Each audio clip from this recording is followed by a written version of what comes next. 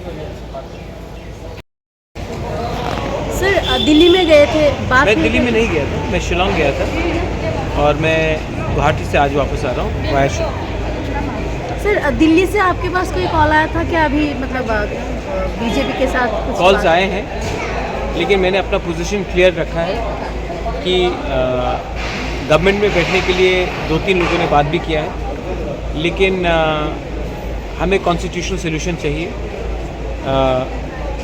अगर आज मंत्री बनकर हम बैठ गए गवर्नमेंट में और अपने कम्युनिटी को कुछ नहीं दिया, तो ये वही चीज़ होगा जो IPFT ने किया था।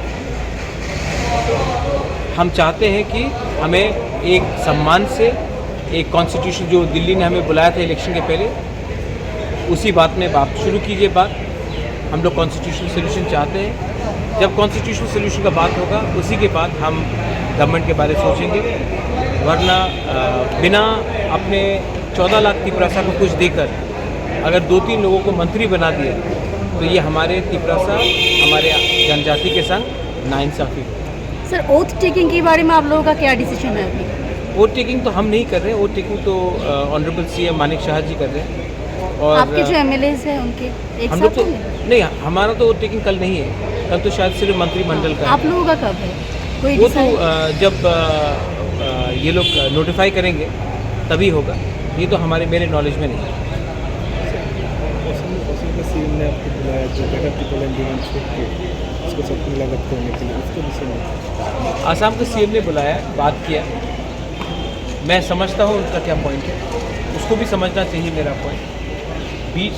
बैठकर बीच में बात करेंगे तो सोल्यूशन निकलेगा, लेकिन जो भी सोल्यूशन होगा ये कम्युनिटी का सोल्यूशन होना चाहिए, ना कि पॉलिटिशियन का सोल्यूशन होना चाहिए। हम लोग 13 MLAs बन के आए हैं, और अगर किसी को लगता है कि 30% तिपरासा को छोड़कर अगर त्रिपुरा में वो लोग राज कर सकते हैं, तो आने वाले दिन में सबको प्रॉब्लम भी होगा।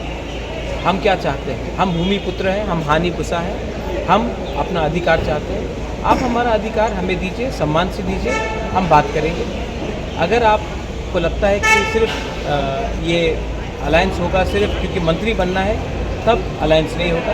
ये अलायंस तभी होगा जब आप हमें कॉन्स्टिट्यूशनल सोल्यूशन दें। Thank you.